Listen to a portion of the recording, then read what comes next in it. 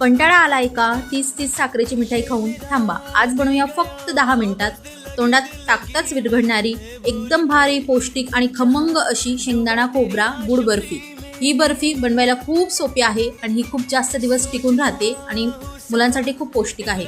सर्वात आधी खमंग शेंगदाणे मंद गॅसवर भाजून घेऊ, त्याची साले काढून घ्या। आता मिक्सरच्या भांड्यामध्ये पल्स मोडवर शेंगदाणे जाडसर कूट करा, जास्त बारीक करू नका। कूट जर थोडं जाडसर असेल ना तर जी बर्फी असते ती खायला खूप छान लागते आणि ही ना खूप मस्त अशी बनून तयार होते।